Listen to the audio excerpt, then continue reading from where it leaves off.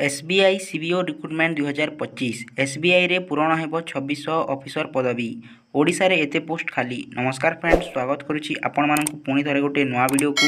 तो आज ए वीडियो रे आपण माने जानि परिबे एसबीआई रे जो सीबीओ रिक्रुटमेंट चलीची सेथिरे केते पदवी खाली रहिची एवं केउ माने आवेदन करि परिबे सब डिटेल्स आपण माने ए वीडियो माध्यम रे जानि परिबे। जदि वीडियोटी भल लागे वीडियो गोटे लाइक कर देबे। तो एठारे देखि परथिबे लिखा हेची एसबीआई रे चाकरी सुजोग ग्रेजुएशन थिले होई परिबे ऑफिसर।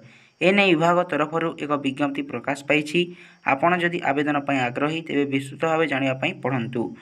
तो सब डिटेल्स मुझे भल भाव में बुझेदेवी। आपण मैंने जानीपारे क्वालिफिकेशन ये देखिपे लिखाई केवल ग्रेजुएशन पास थे आप आवेदन करें।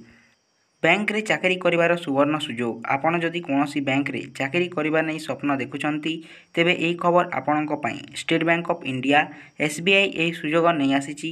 एनै एसबीआई एक विज्ञप्ति प्रकाश करिची। आपण जदि आवेदन पई आग्रही तेबे विस्तृत भावे जानिबा पई पढंतु। तो तलको स्क्रॉल करिबा तो आपण माने आहुरी डिटेल्स जानि परिबे। एही नियुक्ति माध्यम रे सर्कल बेस्ड बा सीबीओ ऑफिसर पदवी पूरण हेबो। एनै उभय पुरुष और महिला आवेदन करि परिबे। यह नियुक्ति माध्यम मोट 2600 पदवी पूरण हेबो। माने ऑल इंडिया रे 2600 पदवी रही। ग्रेजुएशन करथिबा प्रार्थी यार सुजोग नेबे। यह नियुक्ति माध्यम ओडिशा रे 100टी पदवी पूरण हेबो। तो देखि पारले आपण माने योग्य और आग्रही प्रार्थी माने आईओबी रो ऑफिशियल वेबसाइट sbi.co.in को जाई आपण माने आवेदन करि परिबे बोले एठारे लिखा हिची। जा कि रहिची sbi.co.in मु डिस्क्रिप्शन रे लिंक दे देबी। आपण माने सेठारो विजिट करि परिबे। आउ जो माने यार ऑफिशियल नोटिफिकेशन देखा चाहती तार मध्य लिंक मु आपण मानकु डिस्क्रिप्शन रे प्रोवाइड कर देछि। आपण माने सेठारो विजिट करके देखि परिबे। नोटिफिकेशन को डा डाउनलोड मध्य करि परिबे। तो चलो स्क्रॉल करूची। तो आपण माने इंपोर्टेंट डेट जानि नियंतु जे आवेदन स्टार्ट होई गलानी। ऑनलाइन आवेदन आरंभ होईची 9 मई 2025 रु। ऑनलाइन आवेदन शेष तारीख रही 29 मई 2025। तो ऑनलाइन अप्लाई रही लास्ट डेट 29 मई। तो तलक स्क्रॉल करिबा तो खाली पदवी कौन रही है आपण मैंने देखि रंतु। कैटेगरी वाइज साधारण वर्ग बा जेनेराल कैटेगरी पई रही 1066 पोस्ट। ओबीसी पई रही 697 पोस्ट। एससी पई रही 387 पोस्ट। तापर एसटी पई रही 190 पोस्ट। आउ ईडब्ल्यूएस पई रही 260 पोस्ट। तो विस्तृत भाव जानापी विज्ञप्ति देखंतु बोले एठारे लिखा हिची।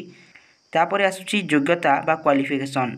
जेकोसी मान्यता प्राप्त यूनिवर्सिटी अनुष्ठान ग्रेजुएशन डिग्री मेडिकल इंजीनियरिंग किंबा सीए बोली वृत्तिगत पाठ्यक्रम थिबा प्रार्थी माने मध्य आवेदन करने को योग्य बोली एठारे लिखा हिची। बैंकिंग किंबा कोनोसी फाइनेंशियल संस्था रे 2 वर्षर कार्य अभिज्ञता थिले मध्य आवेदन करि परिबे। विस्तृत भाव जानापी विज्ञप्ति देखंतु बोली लिखा हिची। नोटिफिकेशन को आपण माने देखि परिबे। ये जो नोटिफिकेशन टी शो करछि आपण मानकु स्क्रीन रे ताहाको आपण माने डाउनलोड करि परिबे। डिस्क्रिप्शन रे लिंक अछि। तो देखि पारथिबे एठारे बयस सीमा एठारे रहिछि सर्वनिम्न बयस 21 वर्ष होइतिबा आवश्यक। सर्वाधिक बयस 30 वर्ष थिले आवेदन करि परिबे। बयस गणना 30 एप्रिल 2025 अनुसार हेबो। विस्तृत भाव जानिबा पई विज्ञप्ति देखंतु। तापरे नेक्स्ट आसुची आमर सैलरी जहाँकि आमर मेन कथा रही थाए। तो सर्वनिम्न दरमा एठारे 48,480 टंका।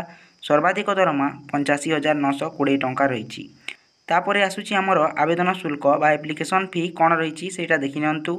साधारण वर्ग बा जेनेराल कैटेगरी ओबीसी ईडब्ल्यूएस मानक पई रही 750 टंका। एससी एसटी पीडब्ल्यूबीडी मानक पई देय मुक्त बा फ्री रे आपण आवेदन करि परिबे। तो यहाँ थिला फ्रेंड्स आज वीडियो रे छोटिया अपडेट आपण मानक पई। आपण माने डिस्क्रिप्शन रे लिंक अछि सेही ऑफिशियल वेबसाइट को जाई आपण माने आवेदन करि परिबे एवं नोटिफिकेशन को मध्य डाउनलोड करि परिबे। जदि वीडियोटी इनफॉर्मेटिव होईछि ताले वीडियो गोटे लाइक कर दियंतु। चैनल नुआ चैनल को सब्सक्राइब करी पाखर थिया बेल आइकन को ऑल रे प्रेस कर देबे। एमिति नुआ नुआ एवं सटीक इनफॉरमेशन हमर चैनल रे सर्वप्रथम पाइबा पई। पुणी देखाबा एमिति गोटे नुआ वीडियो से पर्यंत जय जगन्नाथ वंदे मातरम।